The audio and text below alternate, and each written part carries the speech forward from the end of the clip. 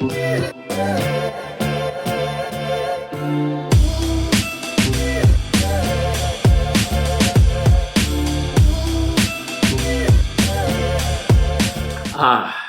Rolex Submariner. This is hands down the most recognized, often imitated, but never duplicated watch of modern history. It's become almost ubiquitous in its popularity up until just a couple of years ago when all of the inventory at the various ADs all but dried up. And gray market pricing soared by over 20 to 25% higher. But I digress, as I'm not here to talk about the Rolex scarcity issues. There are plenty of other YouTube videos out there that discuss this topic ad nauseum that you can find. Nonetheless, the sub right here is something that many love and many others love to hate. I happen to be in the former love it camp. In fact, I really think that the Submariner is a masterpiece, and here's why. So here's my sub, reference 114060, the quote-unquote no-date version.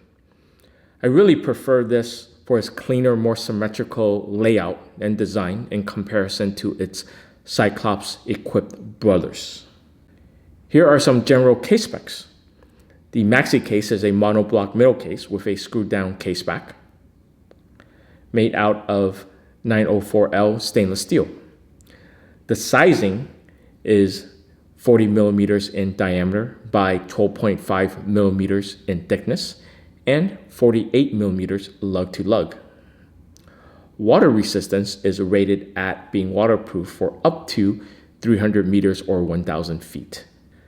The bezel insert itself is made out of ceramic, or what Rolex likes to call Cerachrome, their marketing term, while the numerals and graduations are coated in platinum.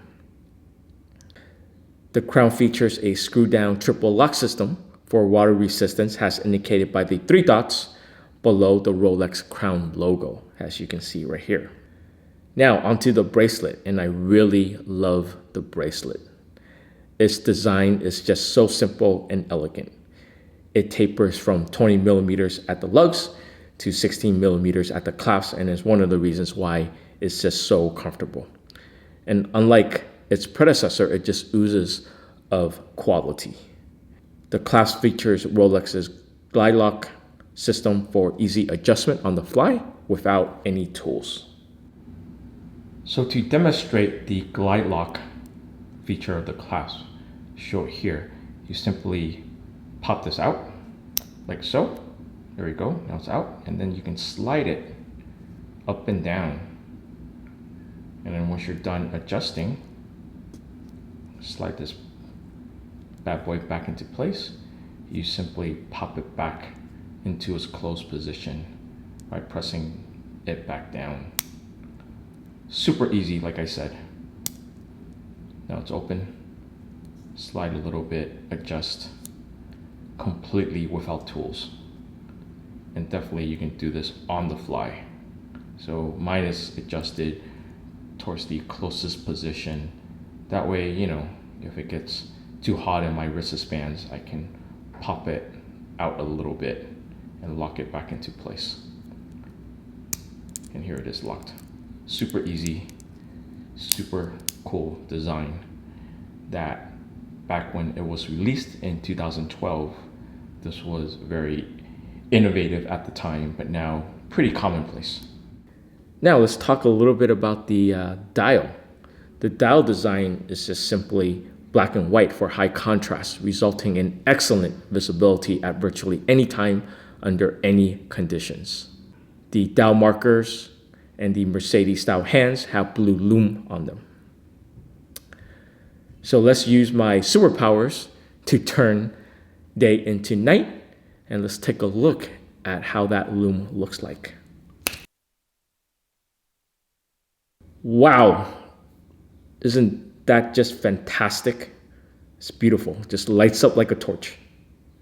My God. Okay, now that we've gone over the exterior design and some of the features, let's take a look at the sub from different angles. So here it is, head on, face up, side profile here. And let's do a little bit of a close-up. You're gonna notice a lot of scratches on this watch.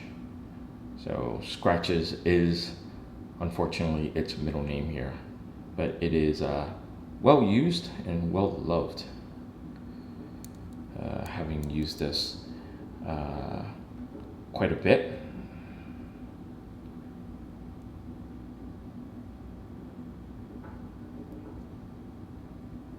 There's a little ding right there on that lug, and another ding right on this lug here too as well. Right there. But you know, I don't really mind all the scratches. I think you know, I really prefer using this to its fullest potential rather than just having it sit in the safe. So here's the case back, just a traditional blank Rolex case back. Really nothing to it. Inside, the sub is powered by the Rolex in-house 3130 movement with a blue parachrome hairspring. It is cost certified and features about 48 hours of power reserve. In terms of accuracy, mine is running at -1 second per week, making it my most accurate watch in my collection. It's a relatively straightforward time-only movement that's just durable and works great. Now, this watch was first introduced in Baselworld 2012 and was met with some immediate controversy over its design. Rolex took the maxi term and applied it literally everywhere. Maxi case, maxi crown guards, maxi dial, and maxi hands. Maxi almost everything. Objectively speaking, it is quite a design departure from the slimmer classic designs of past subs. For a visual comparison, here it is against my 1970s Tudor sub Snowflake, which shares the exact same case and case components with its Rolex cousins at that time. I purchased mine some years ago, I think back in 2016, to celebrate a professional milestone. Back then, unlike now, I just simply called up my AD, asked them if they had a sub no-date in stock. They said yes, and I went the very next day to pick it up. I even got a pretty good cash discount. Mine was the newest and freshest one that they had, having just received it the day before. It arrived in this plastic case that Rolex ships all their new watches in. And of course, I got the presentation boxes that it naturally comes in. The outer box here and the inner green box. At the time, this was my very first Rolex watch, and I was just so excited. So here it is on my 6.75-inch wrist. And it's just so comfortable to wear, in large part due to its bracelet design and how it tapers. And the fit is superb. It fits me just like a glove. And I believe there's about maybe 2 to 3 links out. So early on, I mentioned that I think this is a masterpiece. There are 3 reasons why. 1, it is a solid, well-built, no-nonsense watch. Its true beauty is in its simplicity. 2, it looks good and works well in almost any situation, from the office to the beach. I use mine very well and have the scratches to prove it. And 3rd, the accuracy. Mine is running at just -1 second per week. I repeat, -1 second over an entire freaking week. I mean, it just doesn't get any better than that for a mechanical watch. So in closing, the Rolex Submariner is a masterpiece that I truly love. For me, it could definitely be a candidate as my one and only watch.